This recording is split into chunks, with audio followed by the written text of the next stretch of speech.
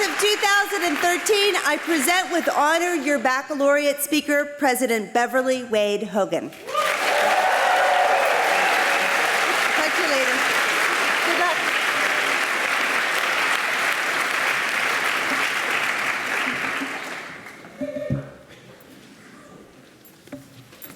Thank you so much, President Paxson. What a pleasure to be here at Brown University. First, let me offer congratulations to the class of 2013 and a warm hello to the entire Brown University family and all the parents and family and friends. What a historic day this is, another Scarlet Day in the life of our two institutions. It is always wonderful to be here at Brown University, and this year is certainly no exception. And what a privilege it is to share this moment with you in this historic meeting place where the ancient voices of the past echo a stilled refrain.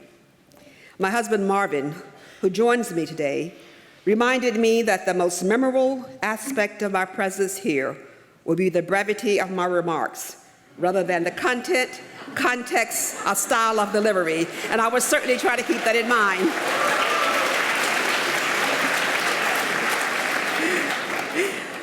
I am honored today to be the face and voice of Tougaloo College as Brown and Tougaloo prepare to celebrate a remarkable partnership of 50 years. As you heard President Paxson say, this partnership was formalized on May 18, 1964, the 10th anniversary of the Supreme Court's landmark decision on Brown versus Board of Education.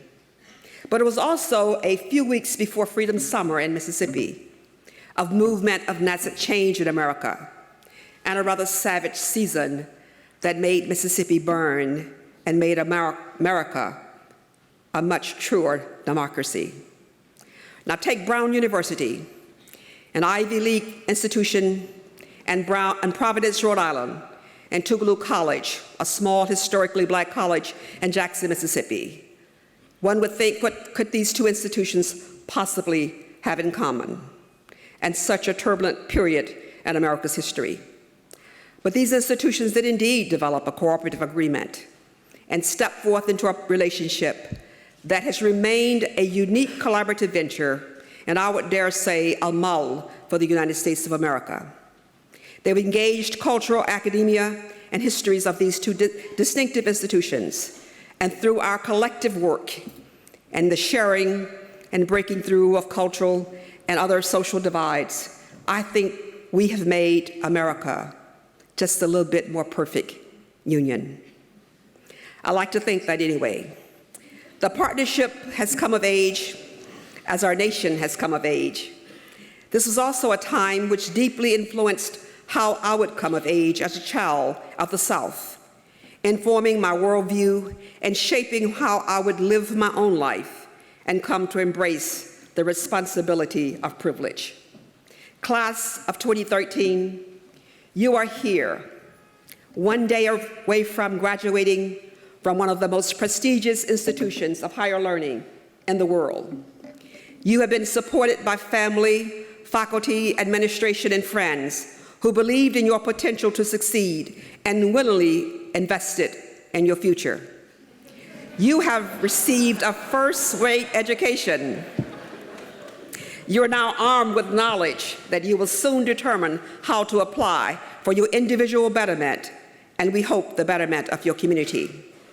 Your knowledge is powerful, and that places you among the ranks of the privileged generation and imposes upon you a responsibility to continue to make the world better for yourselves, others, and future generations. How will you choose to accept the responsibility of privilege? I challenge you to take seriously the notion that higher education is a privilege that confers on the recipient a consequent responsibility. This is not a new idea. It has long-standing prominence in the conscience of the very foundation of higher education. A college education has long been seen as the avenue to prosperity and the means to gain affluence and influence. Now, the other side of the coin of responsibility is the implied privilege of education, Education provides intellectual serenity, breadth of mind, and character that inculcates those so trained and places one in a position to take advantage of opportunities and options. My mother and father reminded me often that with every privilege there comes responsibility. These were wise, insightful, true, and sobering words. My parents valued education. They pushed it for us as a means to a better life with more opportunities and options. They required us to go to school, make good grades, graduate, and participate in responsible ways in the life of our community. Now, I grew up during the times of a segregated, prejudiced, discriminating, and unequal society. I am the daughter of the South, the Deep South, Mississippi. While growing up there, all around me were signs of discrimination, but I was somewhat insulated in my village of Mount Wade. I was born into a loving, supportive family and part of a somewhat safe and secure and protected community. I've never known hunger or agonized over where I would lay my head at night, nor have I had these concerns for my own children. My father and mother worked hard to shield us from and protect us against the harsh realities of our times. Every day I was surrounded by persons who affirmed my value, my worth, and encouraged my accomplishments in my home, my school, and my church.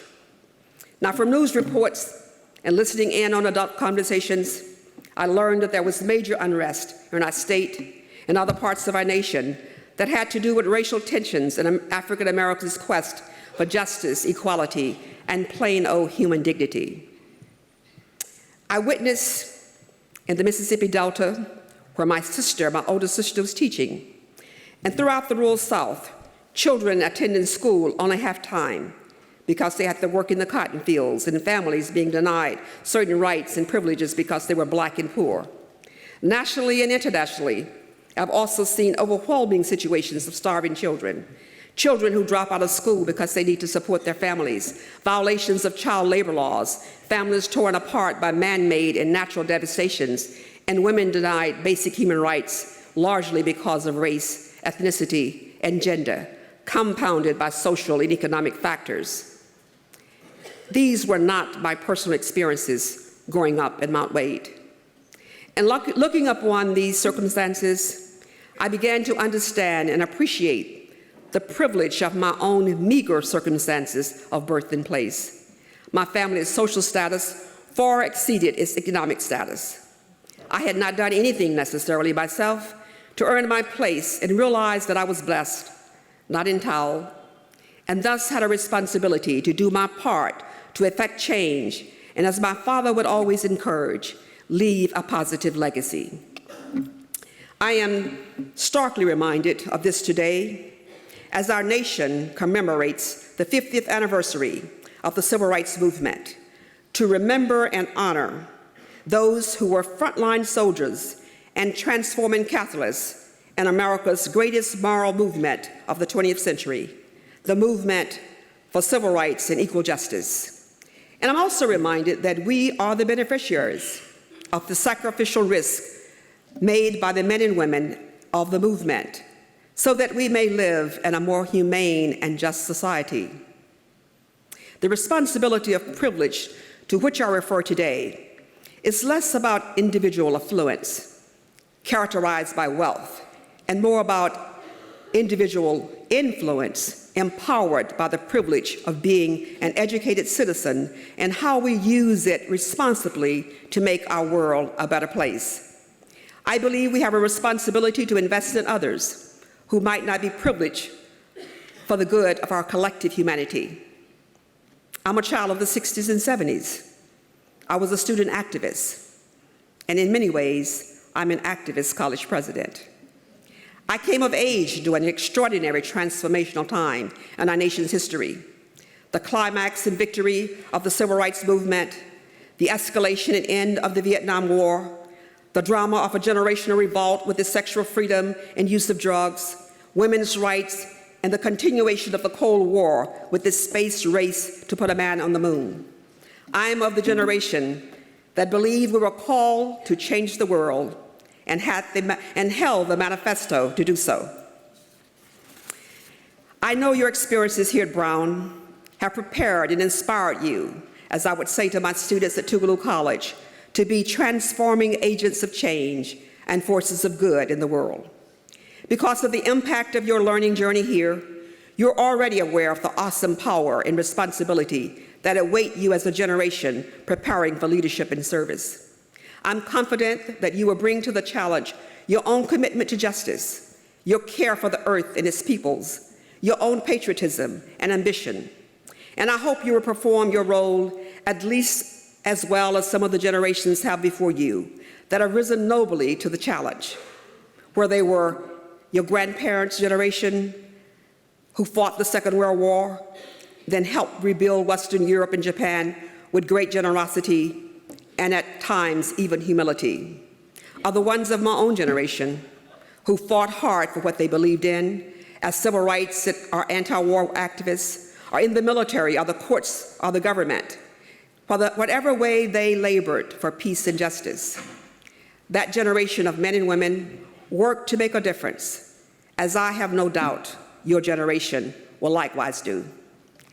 As the circumstances of the times in which I came of age informed and influenced my ideological thinking and action, the prevailing issues of your time would do nonetheless.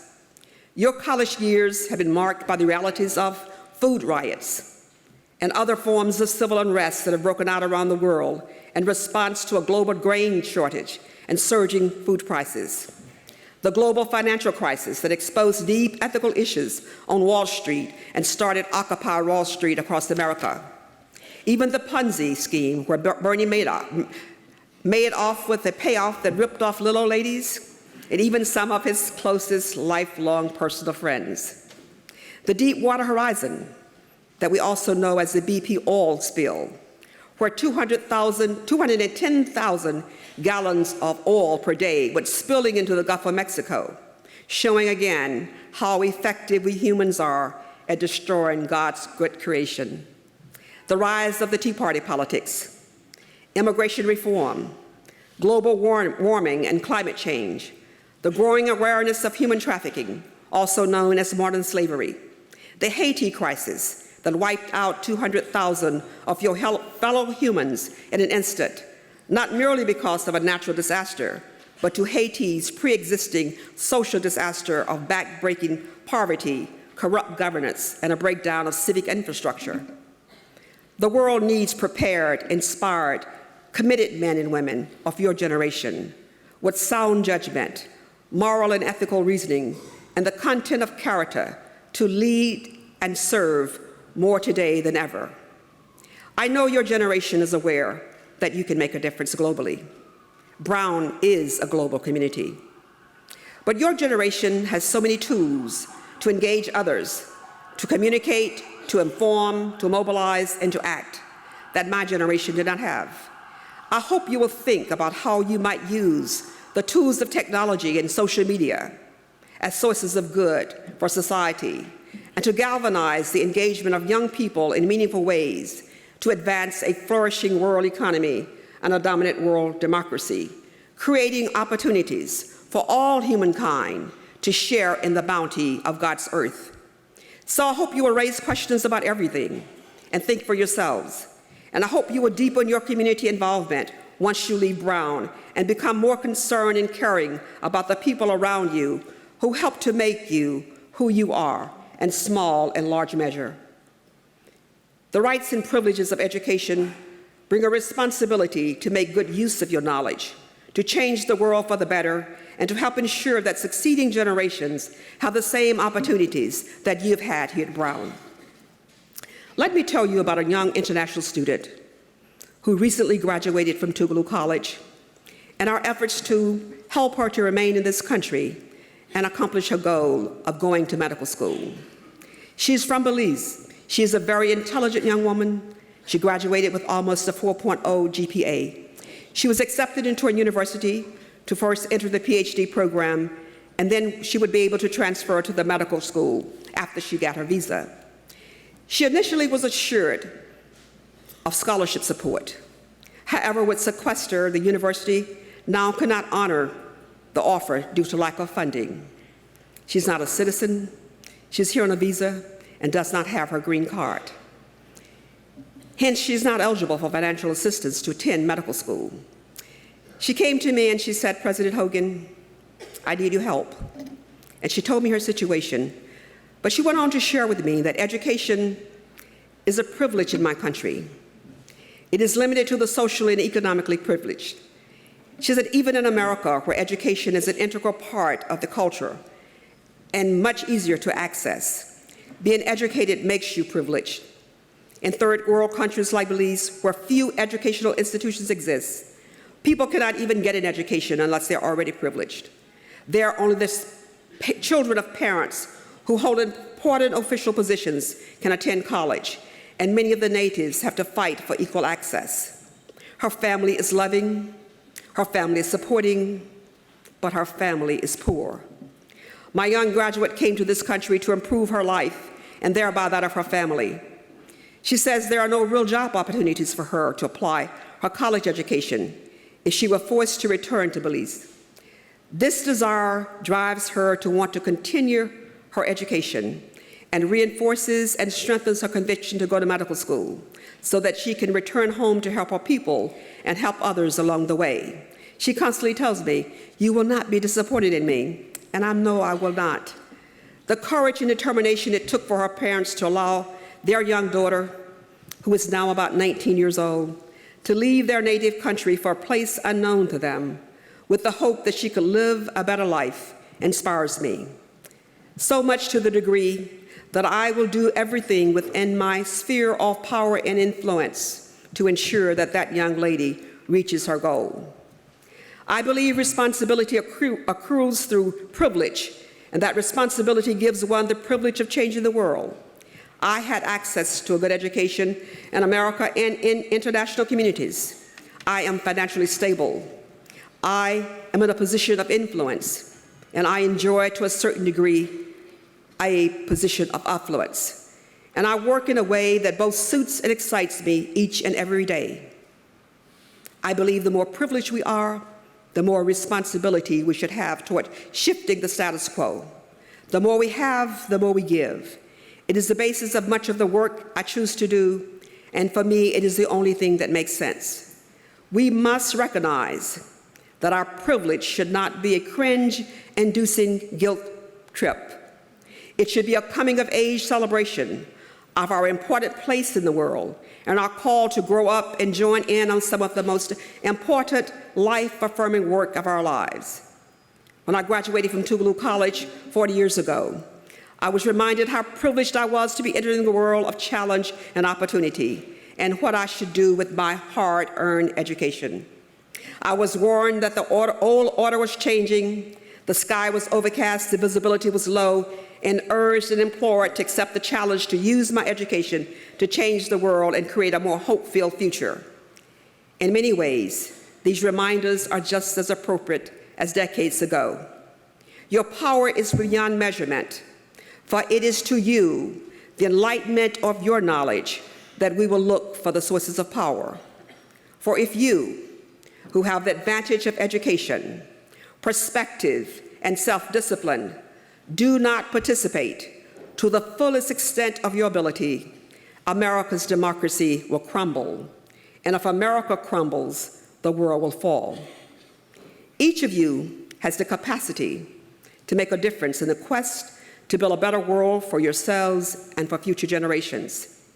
You can start by engaging in the public debate about the investments needed to secure our future and the perspective needed to operate effectively in a multipolar world.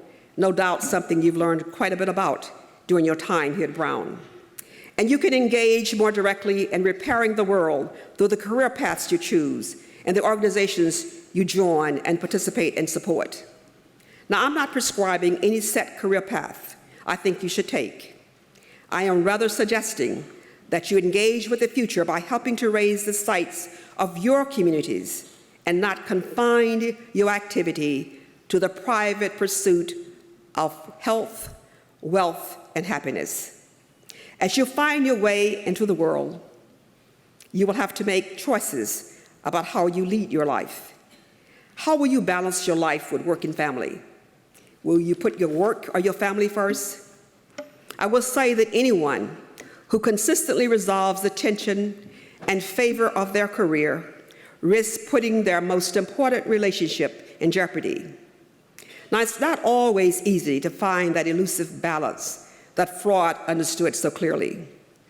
I will tell you, however, that meaningful work without love is empty, and love without meaningful work is not sustainable. I'm grateful I was privileged to find both in my relationship with my husband of 41 years and my meaningful and rewarding work as president of Tougaloo College. Whatever you choose to do, whether you become an educator, a doctor, or journalist, scientist, or engineer, seek to leave a positive legacy and strive to be a force of good for society.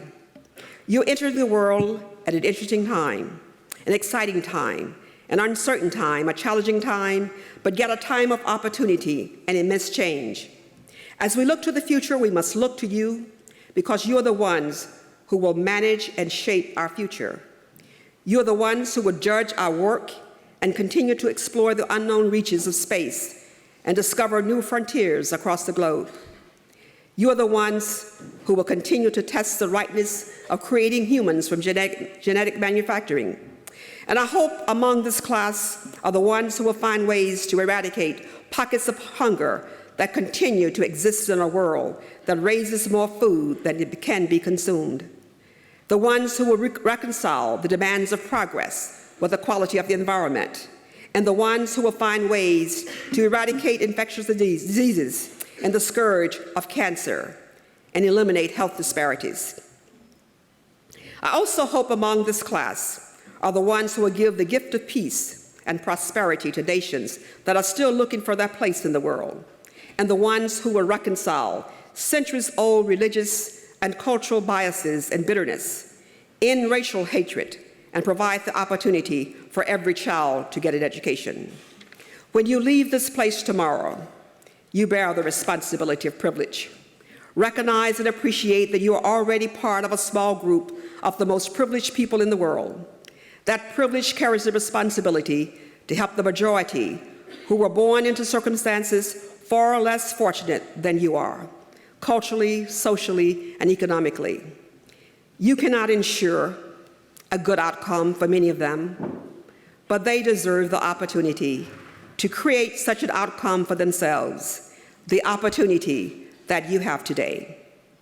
As I look out toward you and observe you, I am so encouraged about the future and the significant role you will play. The future belongs to you, and you have the power to make it what you want it to be. Obviously, you've done well so far. You've made your families and professors proud.